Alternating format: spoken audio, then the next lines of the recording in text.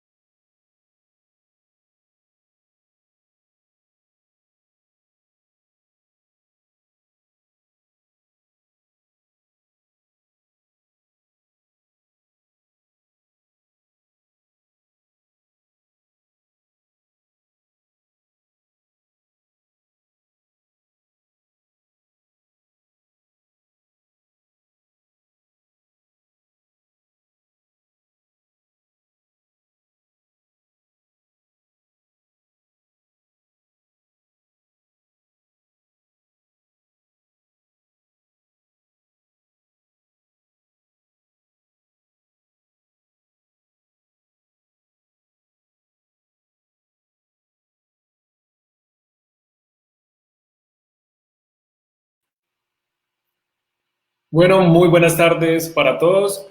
Les agradecemos que nos estén acompañando el día de hoy para la charla que vamos a tener. Primero queremos contarle un poco acerca de nuestro capítulo estudiantil, SEG, de Geología Económica. El capítulo estudiantil adscrito a la Facultad de Minas de la Universidad Nacional de Colombia, sede Medellín, es un capítulo compuesto por más de 30 miembros que ha hecho desde 2008 que fue fundado, más de 20 cursos con invitados nacionales e internacionales, cientos de conferencias de países como Chile, Brasil, Ecuador, Argentina, y también sobre proyectos de interés nacional y estratégicos de Colombia, tratando temáticas asociadas a la geología económica. Eso ha hecho que el capítulo se posicione como uno de los más dinámicos que hay en Latinoamérica, y lo que buscamos precisamente es difundir conocimiento en las carreras afines y en las personas que nos quieran acompañar en estas temáticas asociadas pues al desarrollo del país. Adicionalmente, pues la Facultad de Minas ha sido un hito en el tema del desarrollo de infraestructura económico y empresarial del país.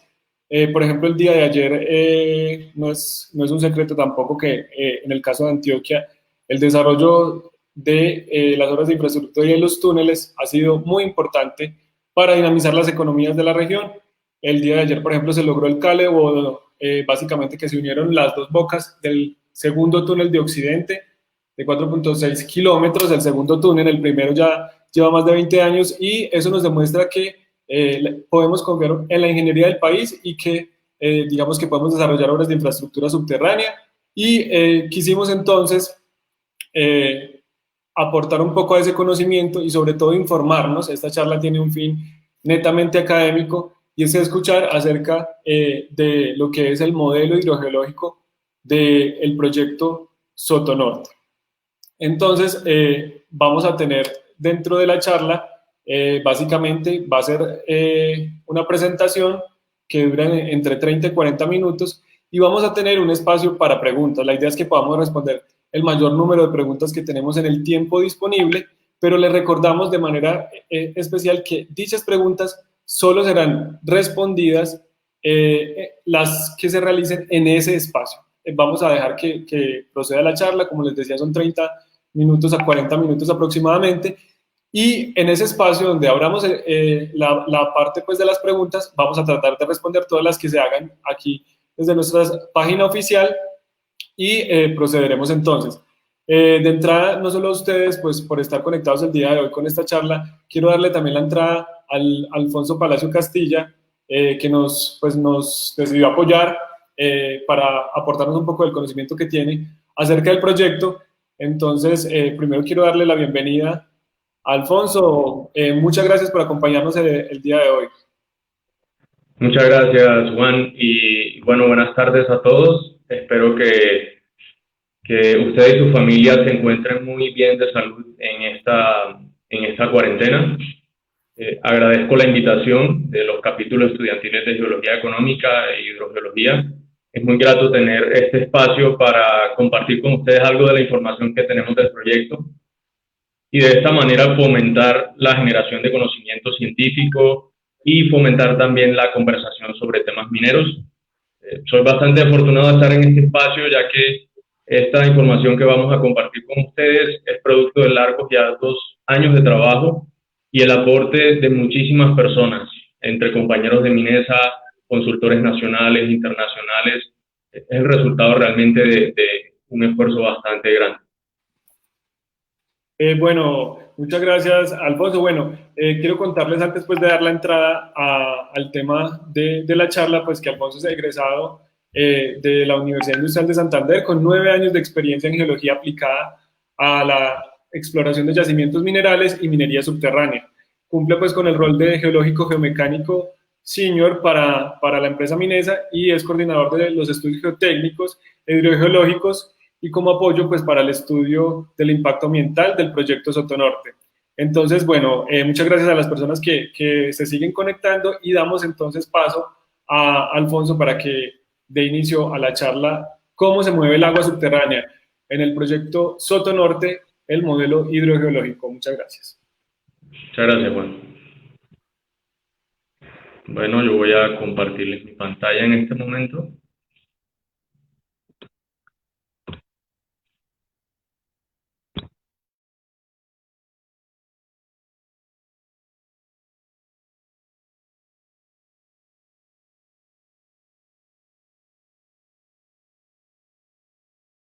Hidrogeológicos del proyecto Sotonorte, con el ánimo de utilizar el tiempo lo mejor posible. El contenido que vamos a presentar tiene que ver con los siguientes aspectos.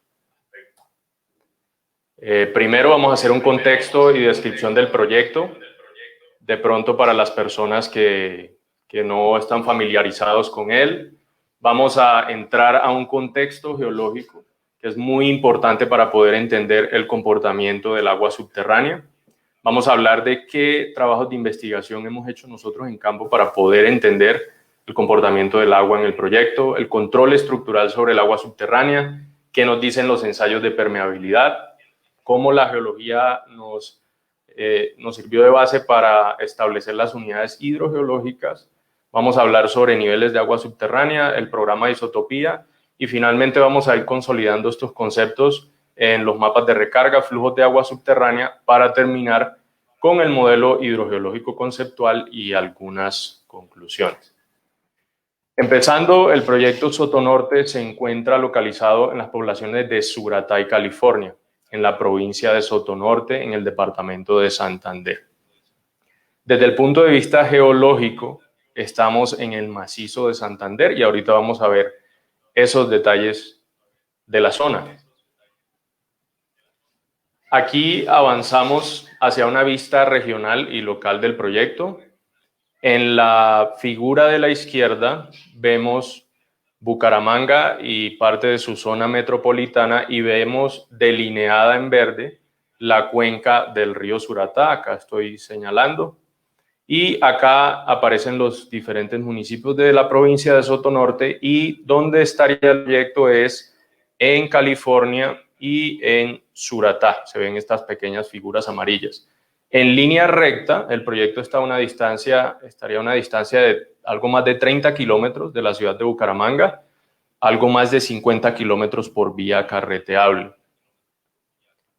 Aquí a la derecha vemos un acercamiento de la zona del proyecto. Aquí vemos a la izquierda la cabecera de Suratá, acá en el centro a la derecha vemos la cabecera de California.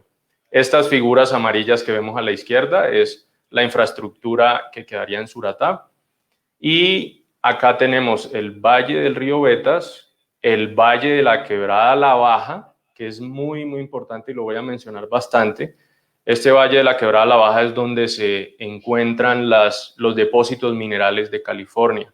Estos depósitos que han sido minados por esos mineros ancestrales por más de 400 años. Y en esta zona, esta figura amarilla que vemos en ese valle de La Baja, es la que marca el inicio de la operación minera. Esta figura en verde claro que vemos en la parte superior de la imagen es la delimitación del páramo Santurbán, la vigente de la resolución 2090. Cifras muy claves aquí. El punto más alto del proyecto está ubicado a una elevación de 2.640 metros sobre el nivel del mar, una altitud similar a la de Bogotá, y la elevación del páramo del ecosistema es 3.100 metros. Entonces, como podemos ver, todos los elementos del proyecto y todas las actividades estarían y se realizarían por fuera del páramo Santurbán. Aquí entraremos al contexto del diseño del proyecto, en qué consiste. Algunas cifras generales. El proyecto está pensado para una fase de construcción y montaje de 4 años y una fase de operación y producción de 21 años. Serían 25 años totales de vida útil. Y posteriormente se completa con una etapa de cierre, restauración y poscierre que duraría alrededor de 12 años. Los elementos del proyecto, como los vemos en la imagen central, se pueden describir desde 5 puntos generales. El primero de estos es la mina subterránea, que está ubicada acá a la derecha, la estoy señalando. sé que escuchan algo de ruido, me disculparán de todas maneras, son los gajes de este teletrabajo. Tengo un vecino taladrando en la parte de arriba, pero bueno. Continuaremos con la presentación. Entonces, el primer elemento, como les decía, es la mina subterránea. Todas estas figuras que vemos horizontales y verticales son los socavones donde se haría la extracción de mineral. El segundo elemento son los túneles gemelos, que lo estoy señalando acá. Los túneles gemelos serían la vía principal de acceso entre la mina subterránea y la planta de beneficio, que es el tercer elemento ubicada aquí en Suratá. En esta planta de beneficio nosotros haríamos el proceso de flotación de minerales. No usaremos ni cianuro ni mercurio porque este es un proceso de separación física de los minerales con valor económico y los minerales sobrantes o minerales ganga. En las pruebas que hemos hecho hemos logrado eficiencias de más del 92% de recuperación de minerales. Es bastante eficiente en la operación. Y al mismo tiempo permite la recirculación de más del 90% del agua. Entonces, bastante útil en la optimización del uso del agua. El cuarto elemento es esta figura que estoy señalando, esta figura rosada, que es la infraestructura más amplia en superficie, es el depósito de relaves secos. Allí es donde dispondremos los sobrantes que salgan del proceso de beneficio, de la operación de la mina, y este depósito lo construiremos filtrando los materiales, depositándolos y compactándolos como en un relleno de suelo o un terraplén para poder aumentar la estabilidad y la seguridad del sitio. Y el quinto elemento del proyecto lo comprenden la infraestructura auxiliar, las vías de acceso que vemos por acá, la zona de campamentos, oficinas, las plantas de tratamiento de agua que son muy importantes para el proyecto. Entonces, esos son a grandes rasgos los 5 elementos principales del proyecto. Algunos datos importantes a resaltar de la mina subterránea. Dada la gran cantidad de información de campo que tenemos, nosotros conocemos a fondo cómo está dispuesto y compuesto el yacimiento mineral allá en el subsuelo. Eso nos ha permitido hacer un diseño de minería selectiva. Eso quiere decir que el 80%, casi el 80% de la roca que extraeríamos en la mina sería roca aprovechable para el procesamiento de mineral y alrededor de un 21% sería roca sobrante. Entonces, esto es un diseño selectivo porque conocemos al detalle el depósito mineral y cómo están dispuestas las vetas. En la mina subterránea, adicionalmente, implementaremos inyecciones de cemento en las zonas más fracturadas del subsuelo. Esto es una técnica que se lleva utilizando ya varios años en minería, en tunelería, obras civiles, para disminuir el impacto en agua subterránea y aumentar la seguridad operativa de la obra. Y adicionalmente en esta mina subterránea rellenaremos los espacios de donde vamos sacando la roca mineralizada para poder mejorar la estabilidad de la mina, limitar y reducir los impactos en agua subterránea y asegurar un ambiente, valga la redundancia, más seguro para todos los que vamos a estar allí operando. Entonces, ya con ese contexto del proyecto, quiero moverme hacia la geología. Es muy importante quedarnos aquí para entender qué es la base de toda la hidrogeología que presentaremos. Nosotros, como lo habíamos dicho, como lo dije al principio, estamos en el macizo de Santander. Acá vemos una imagen que representa el modelo tridimensional, modelo geológico construido a partir de toda la información de campo, de mapeos geológicos en superficie, de perforaciones, y este modelo, si lo miramos, tiene 2 dominios geológicos principales, los podemos diferenciar por colores. Acá a la izquierda tenemos rocas sedimentarias cretácicas, todos estos colores verdosos, esa gama de verdes y algo de gris, son rocas sedimentarias cretácicas, entre las cuales encontramos areniscas, encontramos algunas lodolitas, shales, calizas y demás. Y a la derecha vemos que abunda un color naranja, algo marrón y algunos colores rosados. Este es el que llamamos el dominio ígneo metamórfico o dominio cristalino. Allí tenemos rocas metamórficas del gneiss de Bucaramanga, algunos granitos, algunos intrusivos de edades jurásicas y triásicas, y también algunos stocks y diques de pórfidos recientes del Mioceno que están asociados a la ocurrencia de la riqueza mineral de California en esta zona. Desde el punto de vista estructural, estamos en un ambiente transpresivo. Entonces acá tenemos compresión y algo de desplazamientos en rumbo. Tenemos dos estructuras principales. Una son las fallas de cabalgamiento que están alineadas al Valle del Suratá, como lo estoy señalando acá. Esas fallas hacen que estas unidades sedimentarias cabalguen en dirección oriente y se dupliquen y se plieguen algunas de estas unidades. Y las otras estructuras principales son las fallas de rumbo que tienen una dirección noreste-suroeste siguiendo el lineamiento de la quebrada La Baja. Y estas fallas pues son las que más influyen en la riqueza mineral del Valle de La Baja. Nuestro depósito mineral está clasificado como un epitermal de alta sulfuración por su mineralogía. Tenemos alguna mezcla de minerales de intermedia sulfuración, pero en general la riqueza del depósito está en contenidos altos de oro, plata y cobre asociados a sulfuros. La mineralización son venas y brechas tectónico-hidrotermales que han sido generados por todo el movimiento de la falla La Baja. Aquí quiero presentarles un ejemplo de algunas de las rocas que he mencionado para que las palpemos más, de manera más real. Entonces, a la izquierda tenemos un ejemplo de uno de nuestros pozos, en donde se ve el complejo de Neis de Bucaramanga, se ven las bandas de esa roca metamórfica con contenidos de biotita, anfibolita, algo de magnetita y algunos minerales félsicos. Y acá a la derecha vemos un ejemplo de brecha tectónico-hidrotermal, específicamente la brecha que llamamos gigante, y acá un acercamiento de cómo se ve esa roca mineralizada.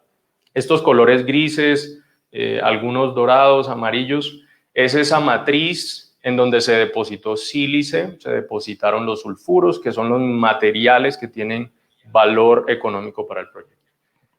Si vemos la apariencia de esta brecha tectónico-hidrotermal, en términos sencillos, es una zona del subsuelo en la que la actividad tectónica fracturó esta roca, hizo que se desprendieran fragmentos, se generaran grietas y espacios. A través de esos espacios generados en la roca ascendieron fluidos calientes desde el fondo de la tierra, y esos fluidos calientes tenían altos contenidos de diferentes minerales y componentes metálicos. Se metieron como en un rompecabezas, como entre las piezas de un rompecabezas, se metieron por esos vacíos y allí depositaron estos minerales. Por eso es que la roca da esa apariencia de tener como clastos, fragmentos, parece como un rompecabezas revuelto. Acá en la siguiente vamos a ver unos ejemplos de rocas sedimentarias. Tenemos a la izquierda la formación Rosa Blanca, calizas con altos contenidos en fósiles, algunos shale calcáreos también en esta formación. Tenemos la formación Tambor, en la que predominan areniscas, cuarzoareniscas, algunos shales y limolitas también. Entonces, todo esto que les hablé del contexto geológico se basa en una buena parte de todos estos trabajos de investigación de campo que tenemos listados acá. En el centro vemos una imagen, un mapa del proyecto para que nos ubiquemos nuevamente. Tenemos acá a la izquierda el valle del río Suratá, valle del río Betas y el valle de la quebrada La Baja. Acá está la zona donde se desarrollaría la mina, los túneles que los tenemos en el centro, y acá a la izquierda toda la infraestructura de procesamiento mineral, vías y demás. ¿Qué hemos hecho nosotros para poder conocer a fondo el territorio desde el punto de vista geológico e hidrogeológico? Contamos con más de 1.300 sondeos perforados en la zona. Esto suma alrededor de 500 kilómetros de perforaciones para poder tener una radiografía clara de cómo está dispuesto el subsuelo, cuáles son sus características, qué tipo de rocas son. Podemos afirmar con total seguridad que este es uno de los proyectos, no solamente en Colombia, sino a nivel mundial, que tiene mayor cantidad de perforación y un amplio conocimiento del subsuelo. Hemos hecho algunas calicatas para conocer las propiedades físicas y químicas de los suelos. Tenemos más de 1000 muestras de análisis isotópicos en aguas superficiales, aguas subterráneas, para conocer sus relaciones. Tenemos más de 40 piezómetros para monitorear el agua subterránea, poder conocer cómo se comporta, hacia dónde fluye, a qué profundidades se encuentra en el terreno. Hemos hecho abundante geofísica para poder nuevamente complementar esa radiografía del subsuelo que nos dan los sondeos. Entonces tenemos abundante información que soporta nuestra geología y nuestro modelo hidrogeológico. Para que todo no se quede en números, quería mostrar estos ejemplos de fotografías de lo que hacemos nosotros en la empresa. Acá vemos algunos registros estructurales en la máquina de perforación. Básicamente se introduce una cámara acústica dentro de la perforación y esa cámara ayuda a adquirir los datos de todas las estructuras geológicas y saber su orientación, que es muy importante para diferentes tipos de análisis. Hacemos mapeo geológico superficial, subterráneo, en las bocaminas antiguas que existen en la zona. Acá tenemos la descripción de los núcleos de perforación, en donde registramos características geológicas y geotécnicas y algunas de las actividades relacionadas a hidrogeología, piezómetros Casa Grande, un datalogger conectado a sensores de cuerda vibrante en el subsuelo, que son unos aparatos electrónicos conectados a superficie que nos permiten poder monitorear automáticamente el comportamiento del agua subterránea, pruebas de bombeo, programa de isotopía, muestreo de calidad de agua, una gran variedad de trabajos que hemos realizado en la zona y en la que ha colaborado también bastante personal y compañeros que son oriundos de Sotonorte. ¿En qué se traduce toda esa cantidad de información de campo? Como lo vimos, lo primero es el modelo geológico, es la base de todo. También vimos que en la zona del proyecto, principalmente en la mina subterránea, tenemos un macizo cristalino. Estos macizos cristalinos tienen nula o muy baja porosidad primaria. Es decir, si yo tomo una muestra de gneiss, de esa roca metamórfica, o de un granito, es una roca que no deja pasar el agua, es una roca de muy baja permeabilidad. Sin embargo, cuando esa roca se fractura, se le abren espacios y grietas y por ahí empieza a fluir el agua subterránea. Entonces, para nosotros, el conocimiento de dónde están esas fracturas, qué orientaciones tienen, qué cantidad hay y qué comportamiento tienen, es la base para conocer por dónde y hacia dónde fluye el agua subterránea. Aquí vemos el mapa geológico y vemos unos diagramas estructurales. Estos diagramas están basados en más de 55,000 datos de estructuras que comprenden nuestra base de datos, que, como les decía ahorita, los adquirimos en su mayoría con esas cámaras acústicas introducidas en los sondeos.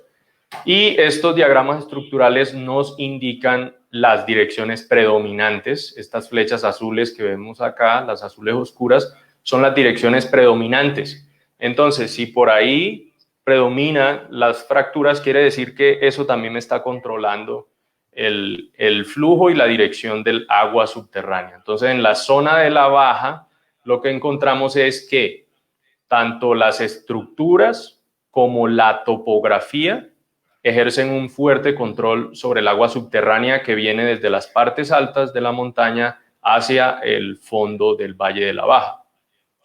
Aquí en la zona 2 vemos la quebrada San Francisco y vemos que aquí los flujos ya son diferentes, tienen una orientación distinta a la quebrada La Baja, y cuando nos vamos a la zona 1, donde estaría la planta y el resto de infraestructura en Suratá, vemos que los flujos confluyen hacia el oeste. Entonces, esta información estructural y la información topográfica son la base para saber la orientación de esos flujos.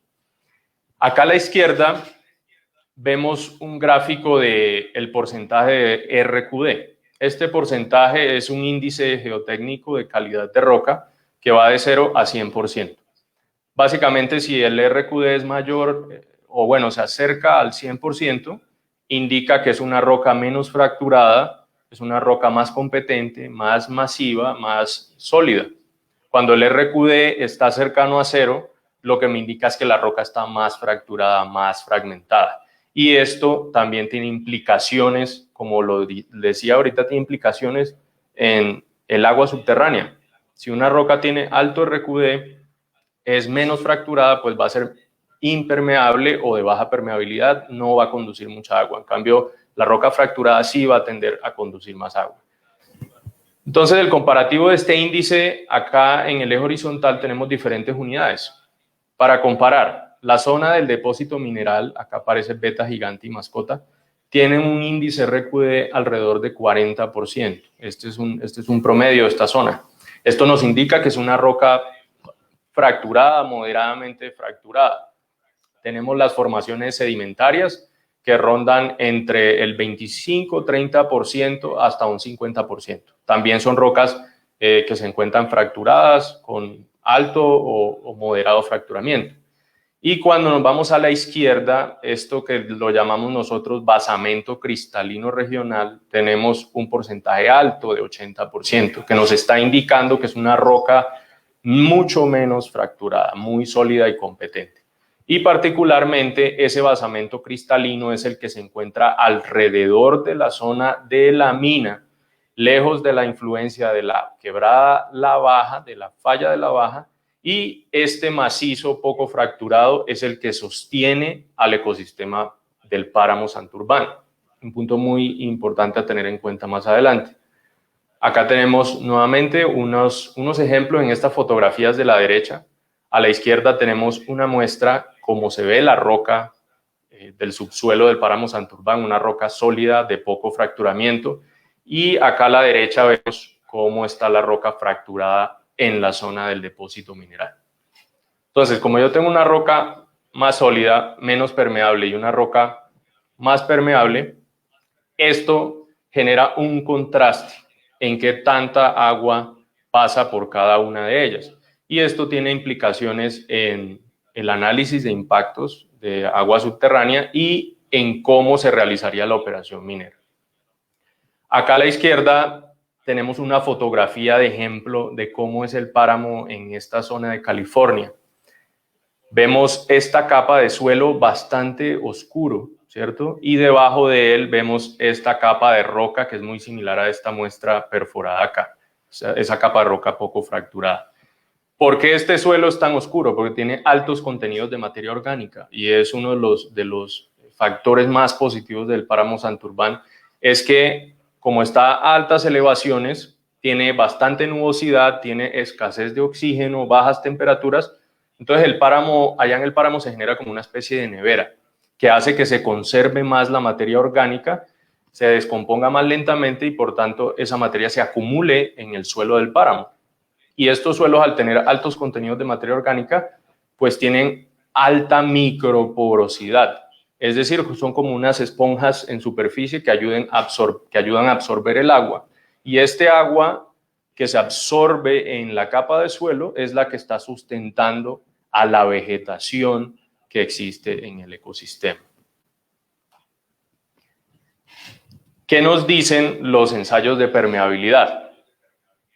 Para que tengamos más claridad en esos tipos de roca que estábamos diferenciando ahorita. El gráfico de la izquierda es un resumen de los rangos de permeabilidad en los diferentes ensayos que realizamos, pruebas de inyección Packer, pruebas Lefranc, pruebas de bombeo. Y acá a la derecha tenemos los rangos de permeabilidad, particularmente de las pruebas de bombeo. ¿Qué nos dicen estas pruebas? Que el rango de permeabilidad del complejo cristalino, es decir, del basamento menos fracturado donde está el páramo, tiene unos valores de permeabilidad de 1 a la menos 10, 1 a la menos 9 metros por segundo. Esto es una permeabilidad casi nula. El agua se mueve muy lentamente por este macizo. En contraste, el rango de permeabilidades en la roca fracturada donde estaría la mina está entre 1 a la menos 7 y 1 a la menos 5 metros por segundo. Estos son 3 y 5 órdenes de magnitud de diferencia. Nos está diciendo esta roca fracturada sí tiene una permeabilidad significativa.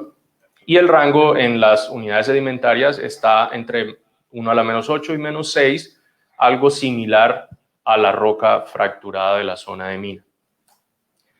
Y esta información geológica, la información de permeabilidad, la información hidráulica, nos permitió a nosotros generar el mapa de unidades hidrogeológicas. Este mapa tiene algunas configuraciones similares a la geología y tiene unos colores. Ustedes ven, estos colores diferencian los diferentes tipos de unidades. Aquí, en términos generales, tenemos el Valle de la Baja, la zona de la mina, donde delimitamos la ocurrencia de la zona fracturada del depósito. Esta delimitación de esa zona fracturada se hizo a partir de la información de los sondeos. Nos permitió establecer muy bien esa geometría. Y acá a la izquierda vemos estos colores donde está todo lo que es el dominio sedimentario, donde hay también algunos contrastes. Recordemos que dijimos que hay algunas calizas, algunos cherts fracturados que pueden tener mayor permeabilidad, pero también existen lodolitas, algunas rocas arcillosas finas que tienen menos permeabilidad, por eso el contraste de colores. Tenemos tres tipos de unidades hidrogeológicas principalmente. La primera son sedimentos cuaternarios con flujo entre los granos. Estos sedimentos corresponden básicamente a algunos depósitos de coluviones, a depósitos de ladera, depósitos fluviales también, aluviales a lo largo de los ríos. Y el segundo tipo son rocas con flujo a través de fracturas. Precisamente allí es donde está el gneiss fracturado, donde se va a realizar la mina, y algunas de las rocas sedimentarias fracturadas. Y el tercer tipo son las rocas con recursos limitados de agua subterránea, es decir, las rocas de muy baja permeabilidad, por las que pasa muy poca agua, y ahí particularmente tenemos el basamento cristalino que rodea la zona de la mina y es el que sustenta al páramo Santurbán. Aquí quiero hacer un pequeño paréntesis, ya que Juan al principio hablaba de ese gran hito de la ingeniería que fue completar el cale del túnel de Occidente. Bastante admirable que en mayo se dijera que el túnel se iba a completar en octubre y hoy estamos en agosto. Gracias a los buenos rendimientos, al buen manejo que hicieron, pues se completó antes de tiempo la obra. Y quiero hacer una pequeña comparación de esto con el túnel de Occidente. Si miramos la información de línea base del túnel, vemos que las unidades hidrogeológicas son muy similares. El túnel está excavado en rocas ígneas del stock de Altavista y en rocas metamórficas del complejo Cajamarca. Y en cuanto a unidades hidrogeológicas, tienen estos mismos tres tipos. Básicamente, un macizo metamórfico de baja permeabilidad con algunas fallas, algunas fracturas, algunas zonas más permeables por las que cruzó el túnel. Entonces, para los que quieran saber un poco más al detalle, es muy buena este paralelo entre estos dos. Como vemos, fue una obra que ya se terminó sin ningún problema y los influjos que ellos recibieron, los influjos de agua subterránea durante la operación, están del orden de los 15, 25 hasta 30 litros por segundo, sin ninguna implicaciones operativas importantes. Ya definiendo las unidades hidrogeológicas, esas comprenden el rompecabezas del modelo hidrogeológico. Ahora vamos a ver qué nos dicen los niveles de agua subterránea. Aquí en este mapa vemos bastantes puntos que indican sitios donde monitoreamos el agua subterránea. Es una vista en planta. Tenemos aquí estas líneas pálidas marrones, que es la mina subterránea. Tenemos el Valle de la Baja, el Valle de la Quebrada Angosturas, la Quebrada Páez. Y cada uno de esos puntos, ustedes ven que tenemos círculos más grandes y pequeños. Los más grandes están indicando que ahí el agua subterránea está más profunda, medida desde el terreno, es agua más profunda. Y cuando el círculo es más pequeño, son aguas cerca de la superficie del terreno. ¿Qué vemos en la zona de la mina? Vemos círculos de diferentes tamaños, algunos pequeños en el fondo del Valle de la Baja, cerca de la quebrada, que es donde están ascendiendo flujos que vienen de la alta montaña. Esos flujos que pasan a través del macizo y ascienden en el fondo del valle y alimentan a la quebrada La Baja, la quebrada Páez y Angosturas. En la zona de la mina, acá al costado norte de la quebrada, vemos puntos de diferentes características y particularmente el agua está a diferentes profundidades porque estamos en un medio fracturado y ese medio fracturado forma como un enrejado, un laberinto de fallas y fracturas que genera diferentes compartimientos y eso hace que un compartimiento vecino al otro no necesariamente tenga un mismo nivel de agua subterránea. Eso en cuanto a la mina. Ahora, ¿qué nos dicen los piezómetros en la zona del páramo, que es este polígono verde que vemos acá? Tenemos dos comportamientos distintos. Uno es que acá arriba de la zona de la bodega, que es esta zona, vemos unos piezómetros que nos dicen que existen niveles freáticos profundos. ¿Esto qué implicaciones tiene? Nos está diciendo que el ecosistema en superficie, ese suelo orgánico donde crece la vegetación, está separado del agua subterránea profunda y por ende no está sustentado por ella. Eso ocurre en esta zona del páramo, con profundidades de nivel de agua mayores a 40 metros. Cuando nos vamos hacia acá más lejos, hacia la quebrada Páez, ya tenemos unos niveles más someros, cercanos a superficie.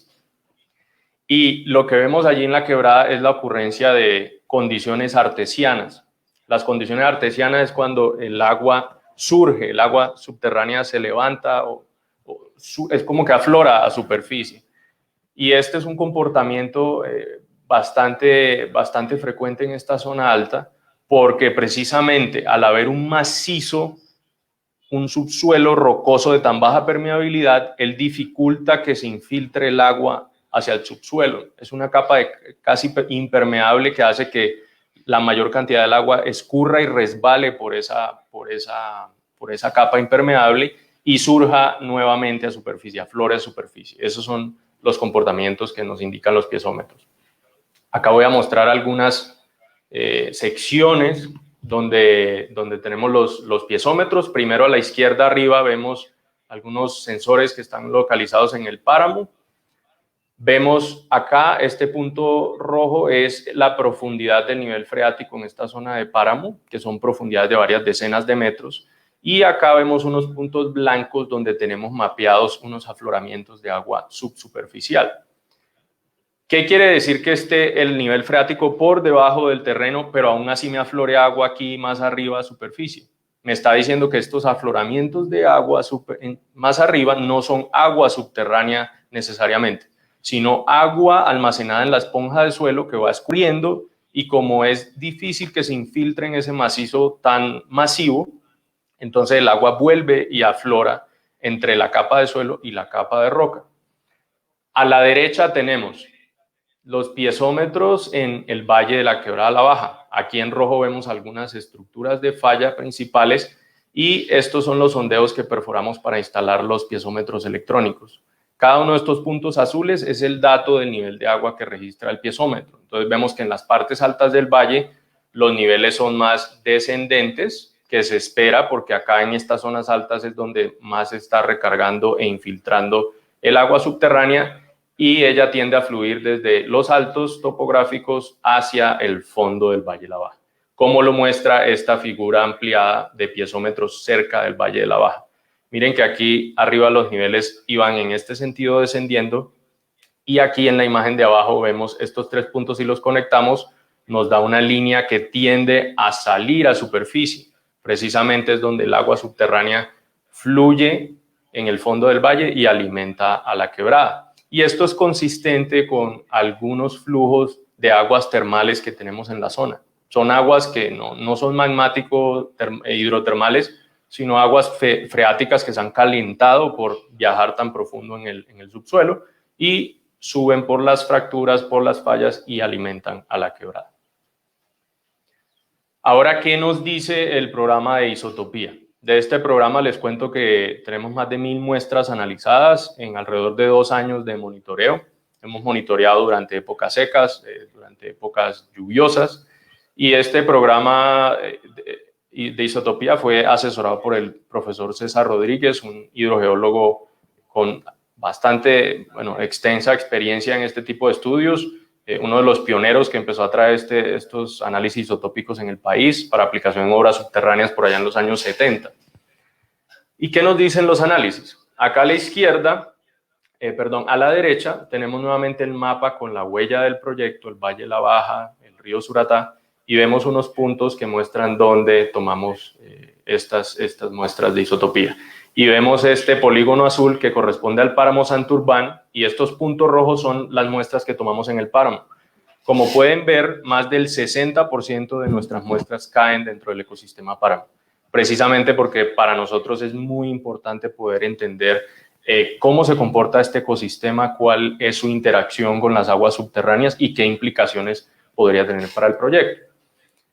¿Cuáles son los resultados de este análisis de isotopía? Acá a la izquierda vemos un gráfico. En el eje vertical tenemos el isótopo de deuterio, que es un isótopo de hidrógeno, y en el eje horizontal tenemos el oxígeno 18.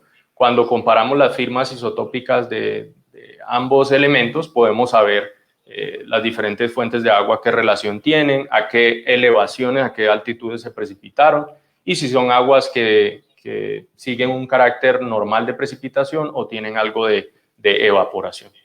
Esta línea negra que aparece al principio es la línea meteórica de Colombia. Básicamente es una línea construida a partir de los análisis isotópicos del país. Y como vemos, tenemos dos grupos acá. El círculo rojo, que es el agua de las quebradas, del fondo de la quebrada La Baja, algunos flujos subsuperficiales de la zona de arriba del páramo, los piezómetros de la zona de la mina, túneles, bocaminas existentes. Y tenemos acá en un círculo azul unas muestras que presentan una firma isotópica totalmente distinta, y estas corresponden a las aguas tomadas del suelo del páramo, de esa humedad del páramo, que desde el punto de vista de isotopía exhiben un comportamiento de aguas evaporadas, es decir, son aguas que se almacenan en esa esponja de suelo y sustentan la vegetación, y al almacenarse durante largos periodos, pues se empiezan a evaporar y por ende sufren un cambio en el contenido isotópico. La conclusión de este estudio nos está diciendo lo que nos mostraban los niveles de agua subterránea. Nos está mostrando que la humedad del suelo del páramo es totalmente distinta y está desconectada de el agua subterránea profunda y particularmente el agua subterránea que entraría dentro de la operación minera del proyecto. Ahora, ¿cómo hicimos la estimación de la recarga? Ya vamos terminando hacia el modelo conceptual. La estimación de la recarga se hizo a partir de estos elementos: los datos climáticos de la zona, la lluvia, qué tanta evaporación de agua hay en la zona, los usos y los tipos del suelo y las pendientes del terreno. Lo que tratamos de estimar acá, lo que estimamos acá es qué tanta agua que cae de la lluvia finalmente se infiltra hacia el subsuelo y entra a alimentar el agua subterránea. Los estimados que nosotros hicimos, que se ven acá en este mapa, en los colores más brillantes rojos muestra más alta posibilidad de recarga, y en los colores más verdosos, grises, opacos, muestra menos recarga. Esa recarga varía entre un 18 y 33% de la precipitación. ¿Y qué dato particular existe acá? Que la recarga es más abundante en las zonas altas, particularmente en la zona de páramo tiene algunas características por ser topografía más plana, por tener suelos que almacenan agua, pues tiene alta potencialidad de recarga. Sin embargo, recordemos que debajo de ese suelo que almacena agua hay un macizo de muy baja permeabilidad, entonces esto limita la recarga en profundidad. ¿Y cómo se mueven los flujos de agua subterránea? Acá ya tenemos una consolidación de la información que hemos hablado anteriormente. Aquí este mapa nos está mostrando las zonas de recarga local, que son estas zonas amarillas, donde hay recarga de agua que transita por el terreno de manera más rápida, un tránsito muy corto, básicamente se infiltra y aflora a nacimientos o a quebradas de manera muy rápida. Y tenemos las zonas naranjas, que son la recarga regional, que son las zonas donde el agua se introduce en el subsuelo y tiene tiempos de tránsito mucho más extendidos, particularmente las zonas altas y la zona de páramo. Y en azul tenemos las zonas de descarga, que es donde están las quebradas y los ríos principales. Y todas estas líneas y flechas nuevamente muestran hacia dónde confluyen los flujos subterráneos en la quebrada La Baja, y en la zona de la operación en Suratá los flujos confluyen hacia el río Suratá, hacia el oeste. Y en términos de flujos de agua subterránea, acá tenemos un acercamiento a la zona de la mina y nuevamente mostramos las líneas de flujo. Vemos que la mayoría convergen desde las laderas del valle hacia el fondo de la quebrada. En cuanto a flujos, tenemos flujos locales, como les decía, son infiltraciones rápidas que normalmente se mueven muy cerca a superficie donde la roca está más fracturada y tiene recorridos que no exceden los 2 kilómetros. Todos estos flujos que vemos acá son flujos locales. Y tenemos flujos de escala intermedia, que son los que vienen de las zonas más altas y como empiezan a viajar por ese macizo de baja permeabilidad, tienen largos recorridos y largos tiempos de tránsito. Y algunos de esos flujos que se precipitan a 3.500 metros de elevación, luego surgen a 2.600 metros de elevación. Por esa diferencia de altitudes, estas aguas se calientan, salen con superficies de 35 a 40 grados, que son los que llamamos nosotros flujos termales, que se evidencian en algunas zonas de la quebrada La Baja. Entonces, la información que presentamos se consolida en un modelo hidrogeológico conceptual. Este bloque de diagrama está representando acá a la izquierda las unidades sedimentarias. Acá vemos este color marrón, que es la unidad del basamento cristalino de baja permeabilidad. Estos colores verdosos en el Valle de la Baja, que es donde está la roca fracturada, donde estaría la mina. Y este bloque de diagrama está resumiendo los datos que presentamos durante la charla. Básicamente tenemos una recarga regional en las partes altas, se precipita el agua de lluvia, alguna se almacena en el suelo, alguna escurre por el terreno y una parte se infiltra hacia el subsuelo y empieza a surgir en los fondos de los valles de las quebradas a manera de afloramientos, a manera de flujos termales. Ese es desde el punto de vista de hidrogeología, cuál es el comportamiento de la zona. Este es un acercamiento del mismo bloque de diagrama, pero un corte transversal al Valle de la Quebrada La Baja. Esta zona verde es donde estaría la mina, allí es donde está la roca fracturada del depósito mineral y nuevamente vemos unas flechas de color morado que indican cómo fluye el agua desde la parte alta hacia la zona del fondo del valle. Y particularmente estas flechas rosadas están mostrando que hay aguas que se infiltran a mayores profundidades, que tienen largos periodos de tránsito en el macizo rocoso y fluyen como aguas termales. Entonces, eso resume el modelo hidrogeológico conceptual. Quería resaltar en el tema de la separación de la vegetación superficial y las aguas subterráneas. Esto es algo que nosotros encontramos con evidencias isotópicas, con la geología, con los niveles de agua subterránea y adicionalmente es evidencia directa que se ve en la región. Cualquier persona que se pasea por el Valle de la Quebrada La Baja se da cuenta de que existen varios socavones de antigua minería, algunos de minería existente, y a pesar de que existen labores subterráneas a lo largo de todo el Valle de la Baja, la zona tiene abundantes bosques, abundante vegetación, particularmente porque esa vegetación está siendo alimentada por el agua de lluvia que se está almacenando en el suelo y no por el agua subterránea profunda. Y finalmente, un ejemplo para que recordemos cómo se ve la roca fracturada en la zona de la mina, cómo se ve la roca de más baja permeabilidad en la zona alta, en el macizo que sostiene el páramo Santurbán, y qué implicaciones tendría para la operación. Esta es una sección a lo largo de la mina, a lo largo del Valle de la Quebrada La Baja. Nuevamente estos colores amarillos marrones y naranjas nos está mostrando dónde está la unidad más fracturada y el color verde es donde está el basamento de menos fracturamiento. Acá en la zona de la mina tenemos una proyección del nivel de agua subterránea. Esta línea, como ustedes ven, varía. En algunos puntos es más profunda desde el terreno y en otros puntos, en los fondos de los valles de las quebradas, pues se intersecta con el terreno precisamente porque allí hay conexión hidráulica. Este agua subterránea fluye o aflora y alimenta algunas de estas quebradas. Y cuando subimos más hacia la zona de páramo también tenemos unos niveles variables que en general en este sector son bastante profundos. Y esta es la imagen de la misma sección, pero ya proyectando el nivel de agua al abatimiento producido por las operaciones mineras en el pico de la operación. Vemos acá en líneas negras horizontales los niveles de la mina y vemos una proyección que nos da el modelo de cómo se comportaría ese abatimiento, ese descenso de los niveles. Y para cerrar, ¿por qué se comportan el abatimiento de esta manera? Porque recordemos, existe un contraste entre la permeabilidad de la roca fracturada de la mina y la roca menos fracturada que la rodea.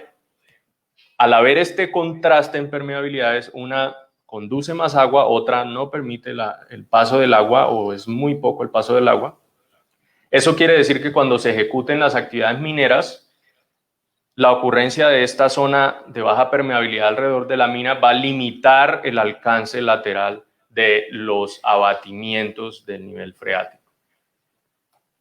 Entonces, ya para concluir, el primer punto que quiero resaltar es que el conocimiento geológico es la base para la evaluación hidrogeológica de cualquier sitio. Tener mayor investigación de campo nos ayuda a ampliar la certeza de nuestros análisis y modelos.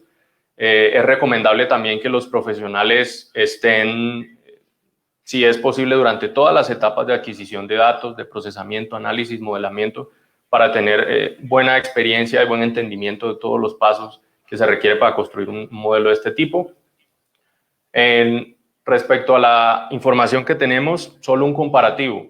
El proyecto Sotonorte tiene 500 kilómetros de perforación. Esto equivale al 77% de los sondeos que se perforaron para explorar en Colombia en el año 2012 en todas las empresas mineras. Entonces es un número bastante amplio, como ya lo había resaltado. Nuestras técnicas de investigación y modelamiento fortalece el compromiso de la industria de minería y de obras subterráneas hacia el desarrollo de mejores prácticas en el país. Queremos que este tipo de proyectos sean precedentes robustos para que cambie la manera de hacer la minería y obras en el país. Como ya lo habíamos dicho, el abatimiento del nivel freático que producirá la operación estará confinado a la zona de roca fracturada, debido a que el basamento cristalino vecino es de muy baja permeabilidad. Y la isotopía, la geología, la piezometría y otras líneas de evidencia nos indican que ese movimiento, esa alteración de los niveles de agua subterránea que producirá la mina no afectarán al ecosistema superficial del páramo. Y por último, ya que estamos en un espacio académico, quiero resaltar que la información del proyecto comprende un amplio aporte al conocimiento no solamente del proyecto, sino de Santander, de Colombia. Se ofrecen muchas oportunidades de proyectos de investigación y que ojalá esta abundante información, más allá de ser del proyecto, promueva la generación de conocimiento científico aplicado en muchos espacios. Muchísimas gracias por la atención y bueno, damos pasos a las inquietudes, preguntas que tengan. Muchas gracias. Bueno, agradecemos a todas las personas que nos han acompañado en la charla. Les recordamos que esta charla va a quedar grabada en el perfil pues, de nuestro capítulo estudiantil de Geología Económica y adicionalmente va a ser también compartida en el canal de Cuarentena en Geociencias. Digamos que desde el capítulo estudiantil nos interesa pues como un debate técnico informado y obviamente este espacio académico nos brinda muchas más herramientas para conocer acerca del proyecto Sotonorte. Nosotros conocemos desde nuestra experiencia en el capítulo y los diferentes proyectos que hemos evaluado que es muy importante recurrir a la información oficial. Por eso también pues les hemos compartido dentro de los comentarios el estudio de impacto ambiental, porque creo que la transparencia es fundamental para un proyecto minero y pues esos documentos son abiertos y pueden, digamos, las inquietudes que tengan tanto las personas técnicas como la población sirven para construir un mejor proyecto. Adicionalmente, les vamos a generar a partir de este momento un espacio de preguntas. Tenemos aproximadamente 15 minutos a 20 minutos para responder y esperamos poder responder las preguntas que prime especialmente el respeto, ¿cierto? Y obviamente que podamos responder esas inquietudes que están en este espacio académico y que nos permitan pues como ampliar este conocimiento acerca del proyecto Sotonorte y específicamente del modelo hidrogeológico. Entonces vamos a empezar pues a recoger algunas de las preguntas que nos han llegado.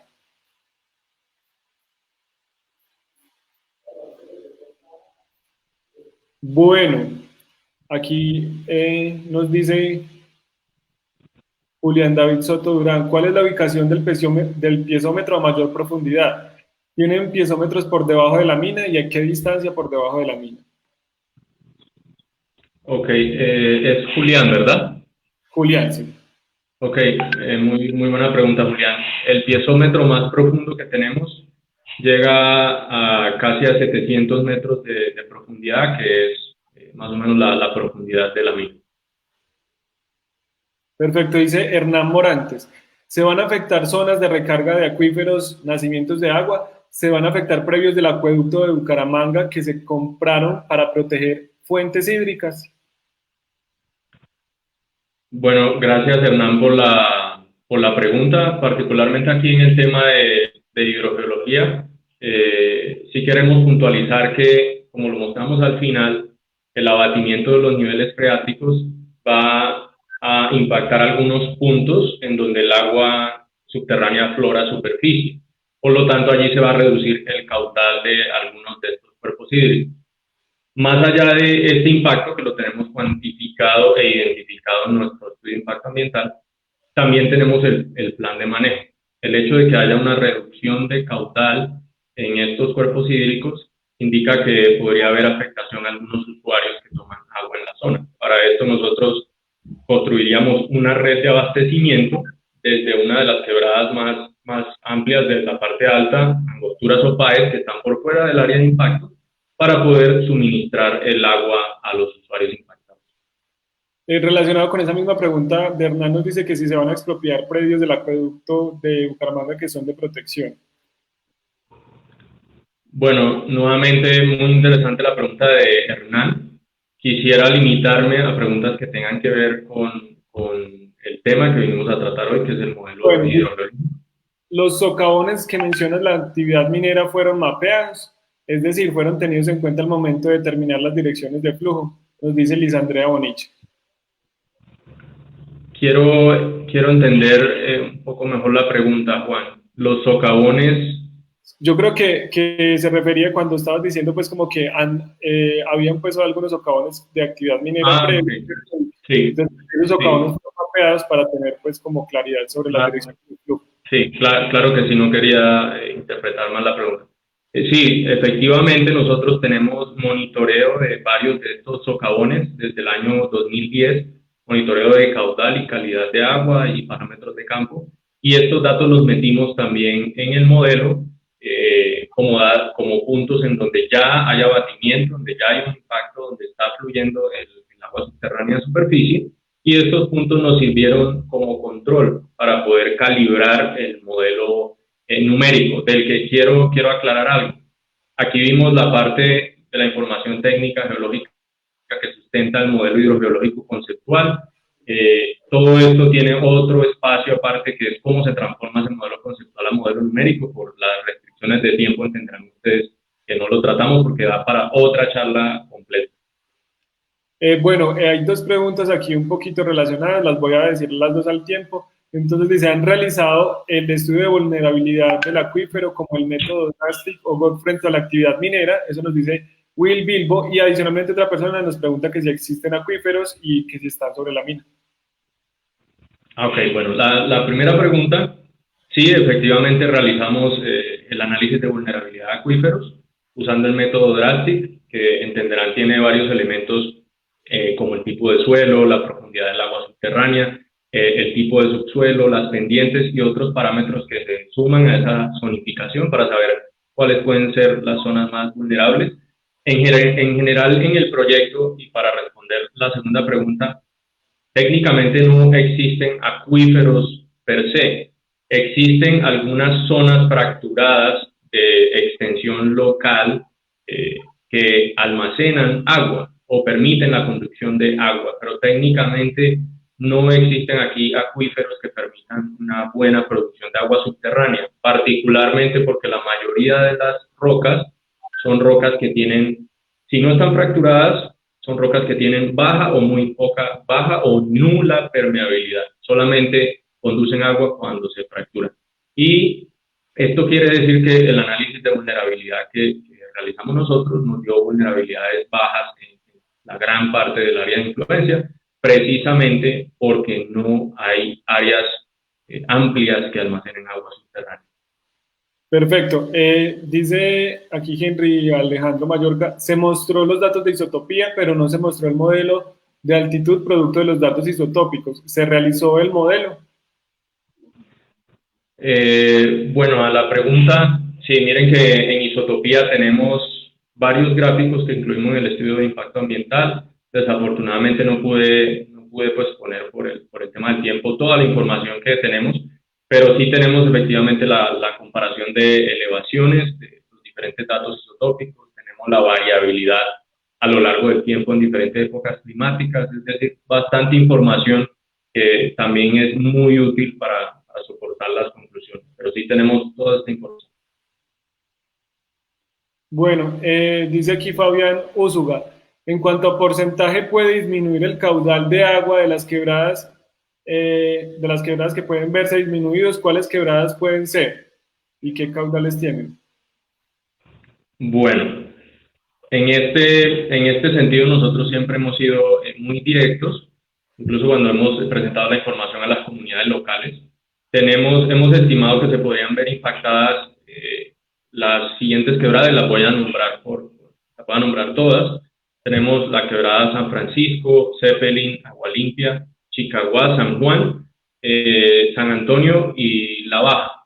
Sin embargo, es importante indicar que el impacto sobre estas quebradas sería reducción del caudal, porque como lo vimos, la mina subterránea tiene una extensión de 2 kilómetros dentro de una quebrada que tiene más de 10 kilómetros de largo. Entonces, el impacto en La Baja es un impacto localizado en reducción de un porcentaje de ese caudal. De la misma manera, el trazado de los túneles gemelos tendrían también impactos localizados en la cantidad de caudal de algunas de estas quebradas. Los hemos estimado en diferentes porcentajes, particularmente el número de La Baja, que lo tengo muy presente, implicaría una reducción de alrededor del 30% del caudal base de la quebrada.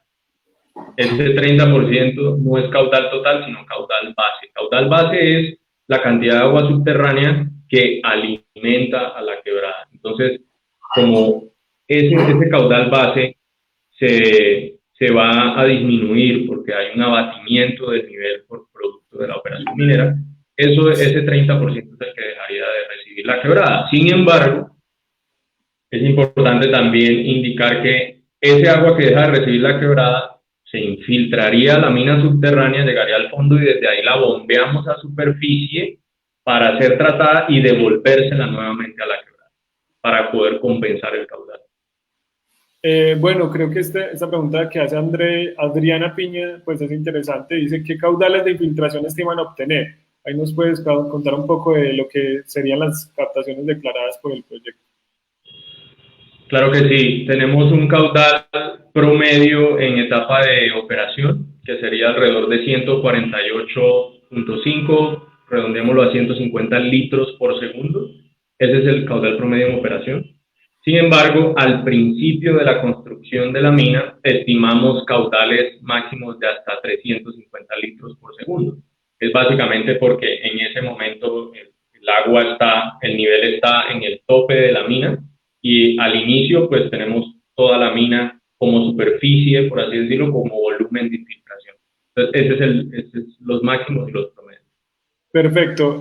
Nos dice Javier Hernández, ¿por qué la toma de datos isotópicos para determinar la fuente de agua no se centró en la zona del proyecto y hacia los costados con el fin de determinar con mayor precisión la fuente de agua desde California hacia abajo? En el gráfico solo se observan alrededor de 10 muestreos nada más. Muy buena pregunta, Javier. En realidad es un poco la ubicación del mapa que puede dar esa apariencia, pero en general tenemos nosotros más de 60 y, a ver si no recuerdo mal el número, más de 62, 63 puntos de muestreo isotópico y alrededor de 20 puntos están ubicados en la zona de la mina, 24 si mal no recuerdo, están ubicados a lo largo de la mina, la zona de infraestructura, como para darle un cubrimiento a las diferentes fuentes. Entonces son más de 10 muestras como de pronto aparentaría. Bueno, Miguel nos dice que cuál es la distancia del volumen de afectación de la mina. Creo que debería ampliar un poco más la pregunta para podérsela responder, porque creo que no es muy claro, no sé. Más bien respondamos. Ginette Castañeda dice, ¿se tiene pensado realizar un modelo matemático hidrogeológico de la zona? Muy buena pregunta, Ginette. Sí, como lo había mencionado, ya lo realizamos. Sí, ya lo realizamos para el estudio de impacto ambiental. Existe una sección específica de modelamiento numérico en el capítulo de hidrogeología. Como decía, en esta charla no incluimos el modelo numérico solamente por temas de tiempo, pero con toda sinceridad y con toda la disposición les digo que si nos desean invitar en otro espacio podemos hablar específicamente del modelo numérico. Pero sí, ya lo realizamos y es la base de todo el análisis y el diseño de obras de manejo de agua subterránea en la mina. Bueno, aquí las preguntas relacionadas pues a los acuíferos, al abatimiento, a los niveles de captación, creo que ya las hemos respondido, entonces para que no se repitan.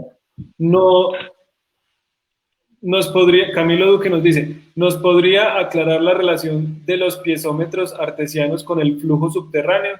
La marca isotópica del agua de estos piezómetros es diferente al agua que se encontró en los piezómetros donde se realizará el desarrollo minero. Camilo Duque. Ok. Muy interesante pregunta. Bueno, en cuanto a estos pozos artesianos que ocurren en el fondo del Valle de la Baja, cuando los muestreamos, estos indican una firma isotópica similar al agua subterránea de la mina, pero una firma isotópica totalmente distinta al agua superficial del páramo. Nuevamente, está mostrando que esa humedad del suelo del páramo, que es la que sustenta la vegetación, es un agua separada hidráulicamente de ese agua que fluye profundamente en el subsuelo y que surge a la quebrada La Baja. Perfecto. Nos dice Will Bilbo, en los ensayos Lefranc y Lullón, ¿cuáles son los rangos de presión del obturador Packer para aplicar el ensayo? ¿Se ha aplicado ensayos hidráulicos en perforaciones diamantinas inclinadas o direccionadas? O sea, se han aplicado ensayos hidráulicos en las perforaciones inclinadas o direccionadas. Sí, muy buena pregunta, bastante técnica, pero sí, a ver, les cuento. Nosotros hacemos una perforación, por esa perforación luego metemos un sensor que se llama gyro o reflex, que ese sensor lo que nos dice es cuál es la dirección de esa perforación para poder graficarla o analizarla en el espacio tridimensional. Y dentro de estas perforaciones, entre verticales e inclinadas a lo largo del depósito y los túneles, hemos realizado ensayos de inyección, de permeabilidad. En estos ensayos de inyección hemos llegado a presiones de inyección mayores a 100 psi, a 150 psi. Todo depende de la profundidad y de las características del macizo, porque recuerden que como lo que vamos a hacer es inyectar agua para poder determinar cuánta agua pasa en el macizo y poder saber la permeabilidad, es importante que esta presión no exceda la presión litostática del macizo y por ende no vaya a crear nuevas fracturas y eso alteraría el ensayo. Por eso más o menos los rangos de inyecciones máximas están alrededor de 100, 150 psi. Nos pregunta aquí Diana María Valencia Duarte. ¿qué hay de la conexión, me imagino que con de las aguas subterráneas, con el bosque de alta montaña? Que porque, pues a partir de lo que acaba de decir, que cuáles serían pues ese impacto y dónde estaría ubicado y si afectaría a los campesinos que se abastecen pues como de esas quebradas o de esas zonas pues del bosque alto andino. Bueno, particularmente, creo que lo mencionaba ahorita, muy bien elaborada la pregunta, lo mencionaba ahorita en otra respuesta. Allí en la zona de la quebrada La Baja y en algunos de los tributarios que mencioné ahorita, las quebradas, estimamos que va a haber diferentes grados de reducción de la cantidad de agua. Particularmente, lo que haríamos nosotros es, precisamente, al afectar a algunos de los usuarios, poder construir una red de abastecimiento de agua desde la parte alta para poder suplir, desde la parte alta, suplir a las diferentes fuentes que sean afectadas. Esa sería la manera de remediar este impacto, de forma que las personas que la utilizan para consumo o para actividades agrícolas puedan seguir realizando sus actividades. Y en la quebrada La Baja, sí, particularmente lo que mencioné hace un rato, el agua de infiltración dentro de la mina se bombea a superficie, se trata y se devuelve a la quebrada, precisamente para compensar ese caudal que se reduce, compensarlo nuevamente al descargar ese agua tratada. Perfecto, nos pregunta Pao Hoyos que el modelo hidrogeológico en qué software lo están construyendo y que cuál es el orden de los abatimientos que se concentran en la zona de la mina. Ok, la primera, a ver, el modelo, sí, ya lo veo. La primera pregunta, el modelo hidrogeológico fue construido en dos programas, en el ModFlow del Servicio Geológico y en el SWAC. Esto es un modelo acoplado, es decir, el SWAC modela los datos climáticos y los flujos superficiales y nos determina también el porcentaje de recarga de lluvia que se infiltra al subsuelo. Y el ModFlow nos modela a partir de esta recarga, modelamos todos los flujos subterráneos y ese modelo acoplado nos permite analizar al detalle los impactos del abatimiento sobre las fuentes superficiales. Y el orden de los abatimientos en la zona de la mina, bueno, llegan casi hasta el fondo de la mina si los medimos en vertical, abatimientos de más de 600, 700 metros, porque precisamente a medida que avanza la operación de la mina, lo que se hace es ir abatiendo, se va abatiendo el nivel, se va drenando esta zona de la mina para poder tener un mejor manejo del sistema de bombeo de la mina, pero sobre todo para poder prevenir accidentes por inundaciones en la mina, para poder aumentar la seguridad de la mina. Entonces, este es el orden de los abatimientos. Perfecto, nos dice Juan Pablo Palacio Henao, pues no es una pregunta tan relacionada pues al tema de hidrogeología, pero pues de pronto la puede responder de manera rápida. ¿Cómo se piensa manejar el tema de drenajes ácidos durante la exploración? Me imagino que se refería a la explotación. Muchas gracias por la presentación. Muchas gracias por la pregunta, Juan Pablo. Y sí, bueno, no lo tratamos, pero es un tema que tenemos también muy detallado. ¿Cómo se haría el manejo de drenajes ácidos? La respuesta directa es, vamos a tener, entre el total de 5 plantas de tratamiento, tendríamos 2 plantas dedicadas para tratar el agua de la mina, que podría generar acidez, y el agua del depósito de relaves secos, que también tiene algunos materiales que podrían generar acidez. ¿Cómo llegamos a establecer cómo la vamos a tratar? A partir del conocimiento geoquímico de los materiales, es decir, hicimos ensayos en laboratorio con nuestros materiales, los analizamos para poder saber si generan acidez o no al contacto con el agua y poder saber cuáles elementos de estos materiales se pueden lavar en el agua, en qué concentraciones, y a partir de ahí pudimos estimar nuestros sistemas de tratamiento de agua. Bueno, sí, a las personas que han comentado pues, sobre el tema de las quebradas y los abatimientos, los invitamos a que revisen nuevamente el video, que esas preguntas ya han sido respondidas. Una pregunta que se me acaba de responder, pero la estaba leyendo para que nos la vayas respondiendo, y es ¿qué va a pasar una vez finalizado? Me parece muy interesante, ¿qué va a pasar una vez finalizado el proyecto minero, cierto? O sea, ¿qué va a pasar con esos flujos cuando termine la explotación? ¿Qué planes tienen relacionados a eso? La realizaron hace poco, pero se me perdió el nombre, pero me parece una pregunta muy, muy importante. Ok, esta tiene que ver con el cierre minero. Les quiero resaltar dos aspectos. Sí, allí está la pregunta. Quiero resaltar dos aspectos en el cierre minero. El primero es que la mina contempla un cierre progresivo y paralelo a la operación. Empieza desde el primer día de operación. Recordemos que los espacios, esas cámaras subterráneas de donde sacamos el material mineralizado, luego la vamos rellenando. Ese relleno ayuda a mantener la estabilidad y también a ir cerrando los espacios del subsuelo para recuperar los niveles de agua subterránea.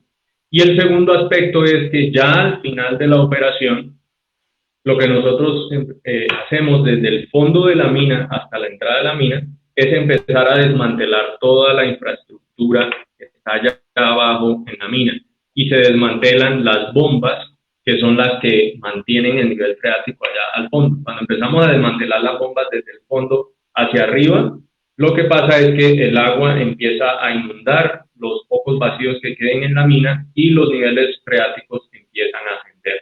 Cuando esos niveles llegan a la entrada de la mina, nosotros allí ponemos unos bloques, unos tapones, podemos llamarlo así, técnicamente se llaman mamparos, que son construidos con roca y se cementan, tienen su diseño de ingeniería porque el papel que cumplen estos tapones, estos bloqueos, es poder contener el nivel freático como originalmente estaba, para poder terminar su recuperación.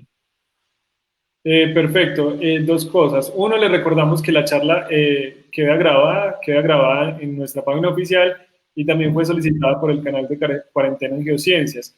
Adicionalmente, nos quedan 5 minutos de preguntas. Vamos a intentar responder las que más podamos. Nos dice Juan Pablo Franco Gómez: ¿los cuerpos de agua subterránea a los que se refiere podrían denominarse acuíferos libres? Muy buena pregunta, Juan Pablo. Ese tema lo tenía en una diapositiva. Bueno, hablamos que técnicamente en la zona no tenemos acuíferos como tal, pero sí tenemos algunas zonas fracturadas que permiten flujo de agua, solamente que su alcance es muy localizado y por ende no son acuíferos a escala regional. Pero sí es importante esta pregunta porque sí corresponde a sistemas libres, es decir, a sistemas en que el nivel piezométrico y freático son el mismo, son sistemas en los que fluctúa ese nivel freático, ¿cierto? Dependiendo de la estación, si hay bastante lluvia infiltrándose, sube el nivel, si hay menos lluvia, el nivel se reduce. En general son sistemas libres y en algunas zonas existen sistemas semiconfinados, no sistemas confinados en el sentido estricto, sino semiconfinados. ¿Por qué? Porque hay la existencia de algunas fallas que contienen abundante arcilla, y esta arcilla, al ser impermeable, hace que el agua en algunos puntos no fluya de manera tan libre. Entonces hay un semiconfinamiento en algunas partes de este complejo fracturado, pero en general son acuíferos libres. Perfecto. Nos dice Natalia Zapata Delgado: ¿cómo es el proceso de recirculación de agua que se plantea? Pues me imagino del agua que se infiltra. Claro. Bueno, Natalia, en cuanto al proceso de recirculación tenemos dos puntos. El primero es en la mina. En la mina subterránea realmente se utiliza muy poca de esos litros que hablé, 150 en operación en promedio y 350 máximos en construcción. De eso, en la mina subterránea se llegarían a utilizar hasta 3,9, casi 4 litros por segundo. ¿Por qué? Porque en la mina lo que hacemos en general es preparación de concretos para sostener las excavaciones. Usamos el agua también para los taladros de perforación y una buena parte, más del 95% de este agua se recircula. En cuanto a la planta de beneficio, ahí hay una recirculación mayor al 90%. ¿Y de dónde viene esa recirculación? Resulta que cuando hacemos todo el proceso de beneficio, al final el material que vamos extrayendo se filtra, se le extrae la humedad y esa humedad vuelve y se recircula nuevamente dentro del circuito. Tanto la filtración de los sobrantes de beneficio o relaves como los concentrados minerales. Ambos se filtran, se les saca el agua y se recircula. Entonces, en general, si nosotros podemos en números así sencillos, el proyecto sumando la operación de beneficio y la operación de minería subterránea, junto con otros usos para campamentos y usos domésticos, utilizaría alrededor de 33 a 35 litros por segundo. Consideremos que tenemos un máximo de infiltración de 350, es decir, si lo comparamos, estaríamos utilizando alrededor de un 10% nada más del agua que entra al proyecto. Por lo tanto, simplemente pues todo el agua que no se esté utilizando sigue directo a los sistemas de tratamiento y se entrega al ambiente pues en las condiciones de calidad que indican las regulaciones. Perfecto, nos dice Luis Camilo, a partir de las pruebas hidráulicas encontraron diferentes correlaciones y disminución de la permeabilidad a profundidad, de cada profundidad, además de análisis interesantes o comportamientos durante su interpretación en un medio fracturado como este. Excelente pregunta. Mira que cuando nosotros miramos los resultados de las pruebas de permeabilidad, puse varias de estas imágenes que tenemos allí en el estudio. Lo que encontramos es que en profundidad el sistema fracturado, el sistema de fallas, se confina más, lógicamente, por la carga litostática, y eso hace que las diaclasas estén más cerradas. Entonces, esto reduce la permeabilidad. Y adicionalmente, las fallas principales, a medida que vamos en profundidad, ellas tienden, mejor dicho, la densidad de fracturamiento tiende a ser menor, y las dos estructuras principales tienden a unirse en una sola. Entonces, en profundidad, el grado de fracturamiento es menor que en las zonas medias y superficiales, y ahí hay un contraste de permeabilidad muy importante, entre 1 o 2 órdenes de magnitud, como lo presentamos en una diapositiva. Perfecto. Nos dice Miguel Francisco Contreras que si existe caracterización de las aguas lluvia. Creo que lo hiciste en la presentación, pero lo puedes aclarar. Caracterización de aguas lluvia, particularmente en el análisis de isotopía, nosotros tomamos aguas de las partes altas de las cuencas como referencia para las aguas lluvias. Y cuando, como lo mostramos en el gráfico, cuando ploteamos los resultados isotópicos, vemos una buena correspondencia de esas muestras de agua con la línea meteórica nacional, que pues, ya es una curva oficial construida en el país. Bueno, nos quedan 2 preguntas más porque ya pues, estamos completando el tiempo que se tenía estimado para la charla. Nos dice Eliana Cañola, cuando se menciona como parte de las medidas de mitigación de afectación sobre los cauces superficiales, ¿cómo se identificaron los puntos donde se entregaría el agua bombeada? Ok, listo. Entonces hay dos respuestas para esa pregunta. Es ¿dónde se entrega el agua con el que se compensan los caudales que se reducen? En otras palabras, es la pregunta. Entonces, hay 2 puntos a resaltar allí. El primero es que el agua que se entregaría a la quebrada La Baja para compensar el caudal que se infiltra en la mina, esto se entregaría desde casi que aguas arriba de la mina, precisamente para poder compensar el impacto que se genera en la quebrada. Entonces, este punto, básicamente, la localización de este punto de vertimiento de agua tratada parte del análisis de impactos hasta donde llega el abatimiento. Y el segundo punto que complementa esta respuesta es, para los otros cauces menores donde hay impactos, básicamente se determinaron puntos aguas arriba de donde los usuarios hoy en día están tomando el agua para poder facilitar la entrega. Entonces, se utilizó como referencia puntos de tanques que ya existen o puntos aguas arriba de todo el inventario de usuarios de la zona para poder permitir llegar y cubrir todas las necesidades de suministro de agua. Bueno, Alfonso, tenemos muchísimas preguntas, pero pues entendemos que hay que ser como respetuosos con el tema del tiempo. Igual, le recordamos pues a todas las asistentes que la charla está siendo grabada, que el estudio pues, de impacto ambiental donde están detallados los datos que se han presentado también es público y disponible, está dentro de los comentarios. Y pues vamos a responder esta última pregunta que creo que recoge mucho de las inquietudes que nos han planteado desde la universidad y de los grupos estudiantiles. Y nos dice, bueno, ¿de dónde viene el agua que alimenta la zona de la mina y por qué dice que no viene del páramo? Si no viene del páramo, nos puede indicar de dónde viene. Esta agua al final termina alimentando quebradas como la Baja. Creo que lo has explicado varias veces, pero pues cerremos, digamos, como con esa inquietud que es como muy recurrente de qué pasa con la conexión entre el ecosistema, de dónde viene el agua que ustedes están captando y adicionalmente, pues cómo se dispone. Pues es como una de las inquietudes más recurrentes y es bueno que de pronto puedas aclararlo como última pregunta. Sí, muy buena pregunta y es uno de los puntos claves de toda la conversación. Aquí sí quiero que separemos dos conceptos, que quede algo muy claro aquí.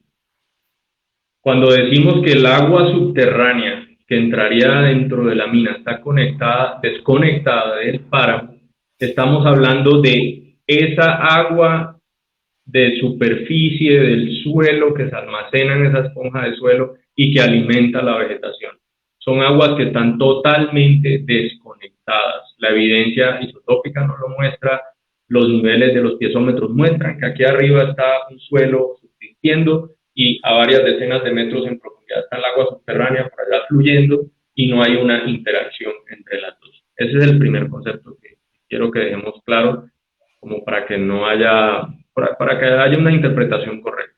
Y el segundo concepto es que, hablando de aguas subterráneas, claramente, como lo mencionamos en las zonas de recarga y de flujos, existen recargas regionales y flujos intermedios, es decir, las zonas que vienen de las partes más altas, a más de 3.100, 3.500 metros de esa precipitación en las zonas de montaña alta y páramo, una parte de esa lluvia se infiltra en el terreno, viaja por el subsuelo y finalmente viene a converger en el valle de la Baja. Entonces, sí hay un flujo de agua subterránea a escala de la cuenca de la quebrada. Este concepto es claro.